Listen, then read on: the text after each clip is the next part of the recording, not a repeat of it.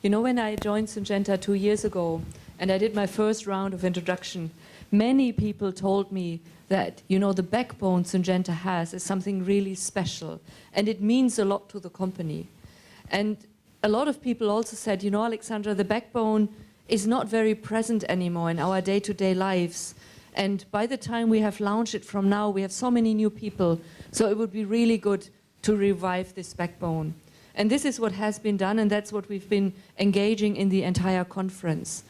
It was hugely meaningful for me to do that, to reconnect to the history of Syngenta, but to reshape the backbone and look for what is Syngenta's future now that we have ChemChina ownership. And what was speaking strongly to me was the purpose of Syngenta. You saw it on the video when the past purpose was chosen, bringing plant potential to life. And I was personally part of the team who looked at, is this purpose fit for our future? And the conclusion was, oh yes it is. So in the new backbone, you will find the purpose we have had for the last 10 years, bringing plant potential to life. And it really expresses not only what this company is about, but it expresses also what ChemChina wants from Syngenta, doing what Syngenta was best at doing at the future, in the past, also in the future, focusing on agriculture and bringing plant potential to life. Safely feeding the world, that's certainly part of our ambition. It was part of our ambition in the past. And I think this is absolutely what we are there for. And this is absolutely what growers and our customers want from us. They want more yield. They want to have a good and secure life when they are working in agriculture. But what I like in particular about our new ambition is that we added a second part in the ambition, and this is taking care of the planet. Because we recognize that today it's not just good enough producing enough food. We know that with the agriculture we have today, we deplete too much natural resources, we deplete too much the environment we are having, and we need to continue to improve how we do agriculture. And I think that's very strong, and that's for me the strongest sign how much our good growth plan has sunk in really in the DNA of this company. And I'm very proud that this is part of the ambition. And if that wouldn't have been part of the ambition, I would have doubts that we really have set up this company in a truly collaborative manner, not only engaging with growers and customers, but engaging with the entirety of people to whom food is relevant, and food is relevant to each and every human being.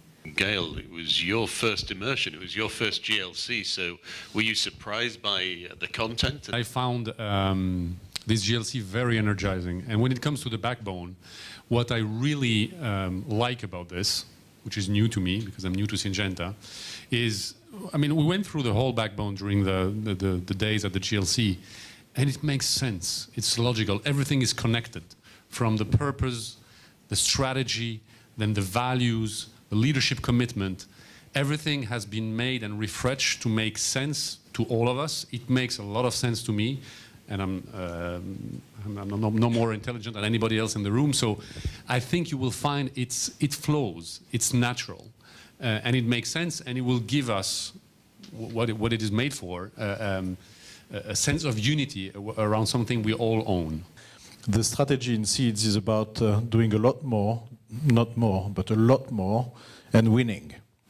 With focusing, so focusing on the needs of the farmer, a lot closer to the farmer, investing in R&D and choosing where to invest, because we'll not invest everywhere, and we are making some bold and now and then difficult choices. You have seen that in sugar beet in particular. A lot will happen in the next 2 years, and a lot has already started to happen with ChemChina acquiring Syngenta, but also competitors moving closer together.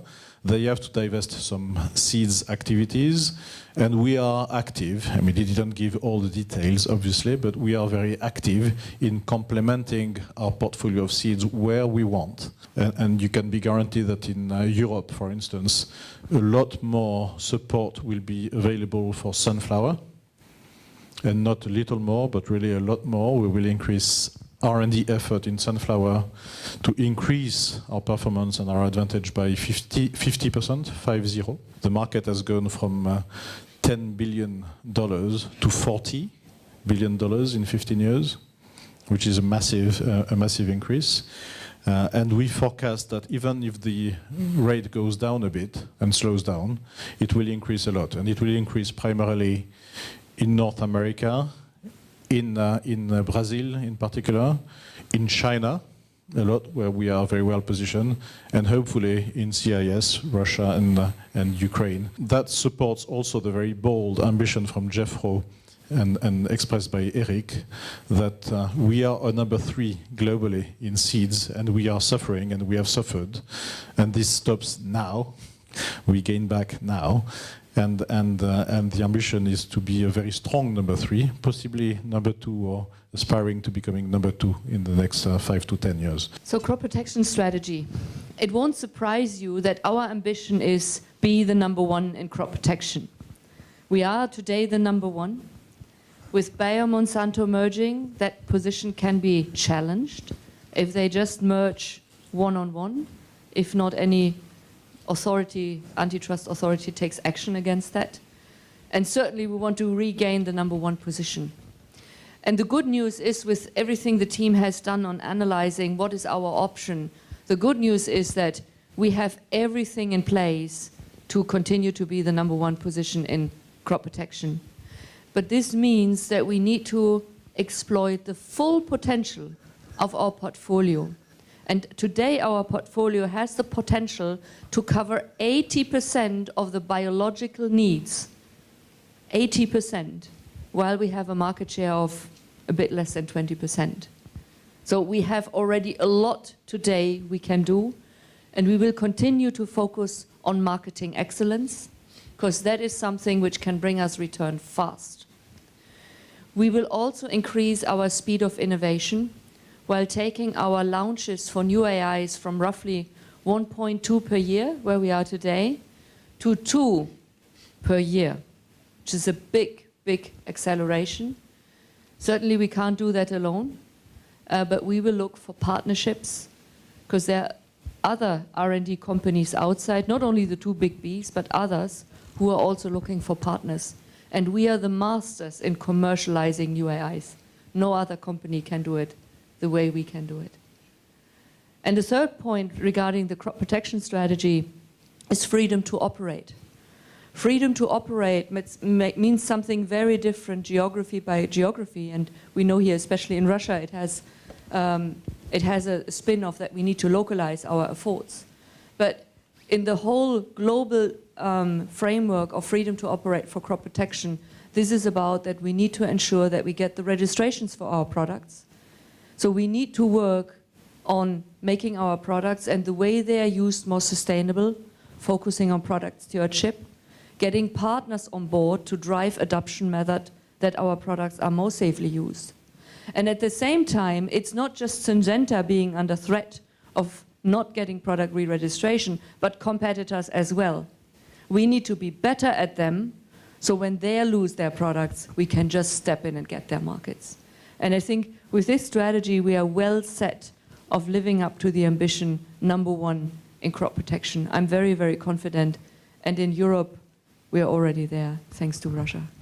If I could just build on that, because the other thing I think for the room here became very visible was the refocus of this strong crop protection strategy 5-year plan and this very clear, strong strategy for seeds over 5 years and the strong plan. And we'll come back and I'll ask Gail for comments on Alan Mullally and his view of the one team, one plan.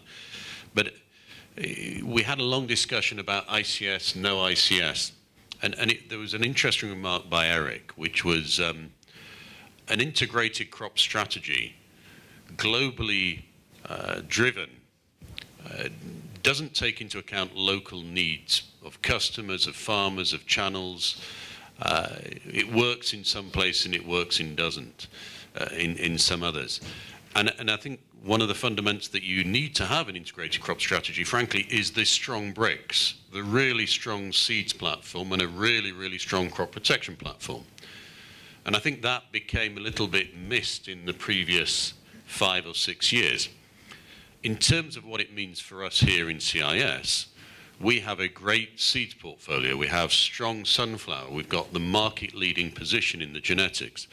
Likewise, we have a good corn position. We're equivalent to Pioneer and to Monsanto in the Russian market, and we get great leverage from ICS. So it works here. So just because you'll hear more of a single 5-year plan on crop protection and a single 5-year strategy on seeds, the go-to-market essence remains here in CIS as an integrated strategy because we believe it works with our channels and with our customers. And I think that's an important point to make as well. If I can just wrap this first bit of session, and the Jerome and I will sit down, if I could just reflect the final part as such, and unfortunately you will see in the refreshed backbone, if you look hard enough, our 4 faces on a photo of the backbone, the refreshed backbone photo, to just bring us back to the backbone.